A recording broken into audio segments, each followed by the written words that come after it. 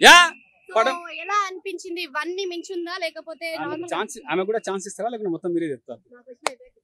First భారతీయుడు 1 చూసారు కదా, ఓకే ఇది 2 కూడా చూసారు. అరే చెప్పడం మర్చిపోయినా, భారతీయుడు 1 టైంలో మా నాన్న ఉన్నాడు. భారతీయుడు 2 రావడానికి 30 years దగ్గర పట్టింది. మా నాన్న లేట్ అయిపోయాడు. భారతీయుడు 3కి నేను లేట్ అయిపోతానేమో అనిపిస్తుంది నాకు. సో ఆ విధంగా జరిగే అవకాశం ఉంది అని అంటున్నాను అనమాట. సో పడం పాత భారతీయుడు 2 పడం పాత కేవలమైన పడం బడా పెరియ దొడ్డు పడం ఏమి ఇలా మీరు అక్కడికి అదే అక్కడ సినిమా కదా. ఓకే సో నో ప్రాబ్లం అండి.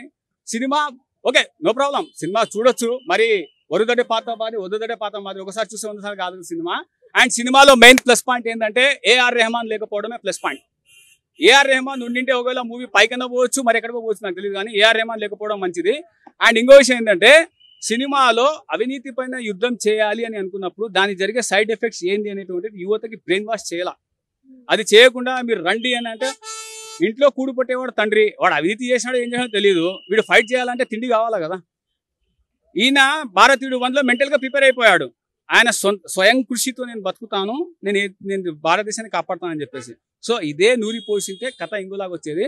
ఫస్ట్ పార్ట్ లాగ్ గానే ఉంది, డెఫినెట్లీ ఫస్ట్ పార్ట్. ఇప్పుడు జనరేషన్ వాళ్ళకి నచ్చే విధంగా కమల్ హాసన్ గారి క్యారెక్టరైజేషన్ డైలాగ్స్ ఇచ్చారంట కదా, అంతా అని ఏం లేదు. పార్ట్ 3లో ఉంటుంది. ఇప్పుడు ఏదైతే 2025 నేను లేట్ కానలేమ్మా, ఎందుకంటే ఆయన 2025లో ఇచ్చేస్తా అన్నారు. మా డాడీ లేట్ అయిపోయాడు, భారతీయుడు 2కి యూనిటీ బాగుండేది.